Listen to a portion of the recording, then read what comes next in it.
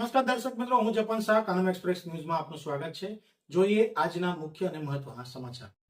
છોટાઉદેપુર જિલ્લાના અંતરિયાળ વિસ્તારના ખેડૂતો કે જુઓ ક્યારે કોઈ પ્રાઇવેટ બેંકના પગથિયા ચડ્યા નથી, જેમણે ક્યારે કોઈ ખાનગી બેંકમાં પોતાનું ખાતું ખોલાવવા માટે કોઈ ડોક્યુમેન્ટ આપ્યા નથી, તેમ છતાં કેન્દ્ર સરકારની પ્રધાનમંત્રી કિસાન સન્માન નિધિ અને ચોમાસામાં થયેલ પાક ધોવાણની સરકાર સહાયના પૈસા આ ખેડૂતોના બદલે અન્ય કોઈ અજાણ્યા લોકોના ખાતામાં જમા થઈ રહ્યા છે।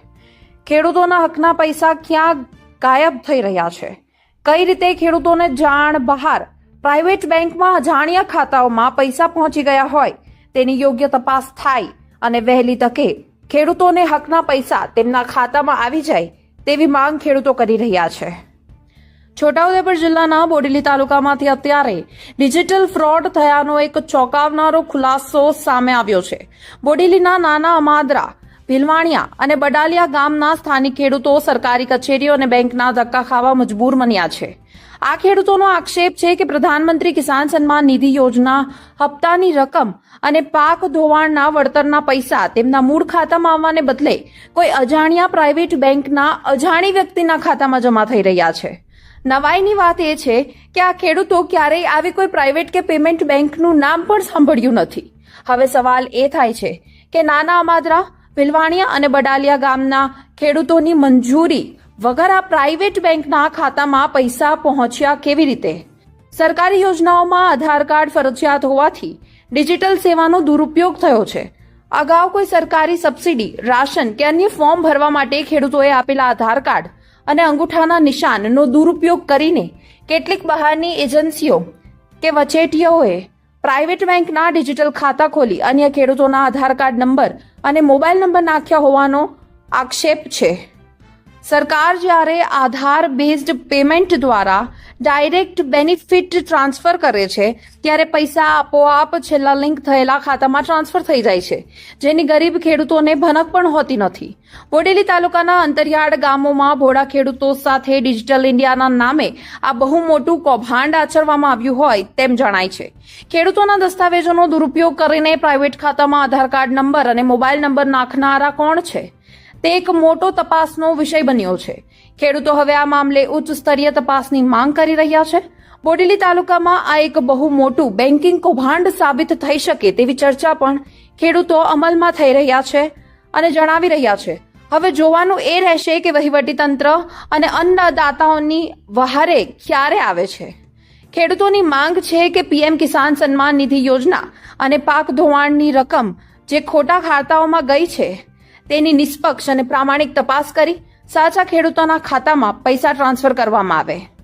રિપોર્ટર પરેશ ભાવસાર, બોડેલી। હું બોડેલી તાલુકાના નાના અમાદરા ગામનો વતની છું, ભૂપેન્દ્ર પટેલ। હવે જે સરકાર તરફથી જે પૈસા રાહતો આવે છે પાક રક્ષણ, જમીન ધોવાનું, તે 2022ની સાલથી મારા ખાતામાં પડતા નથી। તો મેં બેંક ઓફ બરોડા મારા ગામમાં છે તેમાં તપાસ કરી તો એ લોકોએ કીધું કે પૈસા નથી આપ્યા। તો પછી મેં પંચાયતમાં વીસી દ્વારા તપાસ કરાવી તો વીસીએ કીધું કે આઈસીઆઈ બેંકમાં તમારા પૈસા પડેલા છે। તો પછી કઈ જગ્યાએ તે કંઈ ખબર નથી, પણ પછી અમે બોડેલી તપાસ કરી પણ બોડેલી બી એ બેંકમાંથી ના મેળ પડ્યો પૈસા। પછી અમે પત્રકાર દ્વારા અમે તપાસ કરીને જિલ્લા અધિકારી સાહેબ ખેતીવાડીના છોટાઉદેપુર ગયા તો એમને રજૂઆત કરી કે આ પૈસા અમારા પરત અમારા બેંક ઓફ બરોડામાં ખાતામાં પૈસા પડવા જોઈએ, અમે એવી રજૂઆત કરી છે। મારું નામ પટેલ રાજુભાઈ ત્રિકમભાઈ છું। હું નાના અમાદરા ગામનો રહેવાસી છું। અમારા પીએમ કિસાન સન્માન નિધિ ખેતર ધોવાણના પૈસા અને પાક નુકસાનીના પૈસા એ અમારા એકાઉન્ટમાં પડતા નથી, તે આઈસીઆઈ બેંકમાં પડે છે। અમારા ગામમાં બેંક ઓફ બરોડા હોવાથી અમારું account only for bank of બરોડામાં જ છે, બીજે કોઈ જગ્યાએ નથી। તો આઈસીઆઈ બેંકમાં ગયા કેવી રીતે?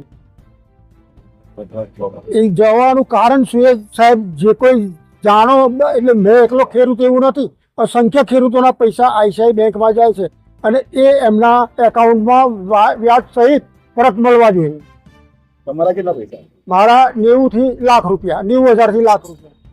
હું નાના અમારાનો ખેડૂત પટેલ હસમુખભાઈ મગનભાઈ। હું મારા 2022થી પીએમ કિસાન યોજનાના પૈસા અને પાક સુધારણા પૈસા પડતા ન હોવાથી મારી ગામમાં આવેલી નાના માત્રા બ્રાન્ચમાં હું તપાસ કરતા નાના માત્રા બ્રાન્ચના મેનેજર સાહેબે કીધું કે તમારા પૈસા અહીં પડતા નથી. ત્યાર પછી હું અમારા ગામમાં વીસી જોડે બધું કરાવ્યું તો વીસીએ અમને કીધું કે તમારા પૈસા આઈસીઆઈસી બેંકમાં ફરે છે. પછી હું આઈસીઆઈસી બેંકમાં તપાસ કરી તો આઈસીઆઈસી બેંકવાળાએ કીધું તમારા નામનું કોઈ પણ ખાતું નથી. પછી એ લોકોને હું કીધું કે ભાઈ અમારો મોબાઈલ નંબર અને આધાર કાર્ડ ક્યાંથી આ ખાતામાં લિંક થયું. પણ એ લોકોએ એવું કીધું કે અમને કંઈ ખબર નહીં પડે અમે. ત્યાર પછી અમે અમારા પત્રકાર દ્વારા ખેતીવાડી ખાતામાં એપ્લિકેશન કરેલી. એપ્લિકેશન સાહેબે અમને કીધું કે ભાઈ સારું તમારું કંઈક થાય. અને એમને પછી આઈસીઆઈસી બેંકમાં કંઈક લેટર મોકલેલો છે પણ તાલી અમને કોઈ પણ જાતનો રિસ્પોન્સ મળે નથી અમારી બેંક. હા, તમે શું માંગો છો હવે? અમે માગીએ અમારા હકના પૈસા અમારા ખાતામાં જમા થવા જોઈએ વ્યાજ સહિત. વ્યાજ સહિત. કઈ બેંકમાં કઈ જગ્યાએ બેંક ઓફ બરોડા નાના માત્રા અમારા ખાતામાં જમા થવા જોઈએ. અને આવા અમારા ગામમાં હજુ અસંખ્ય ખેડૂતો પડેલા છે કે બીજાના પૈસા એમના પૈસા બીજી બ્રાન્ચોમાં પડેલા છે એ લોકોને ખબર જ નથી. આ જાગૃત ખેડૂતને ખબર પડી એટલે આ લોકોએ પ્રશ્ન ઉઠાવેલ છે.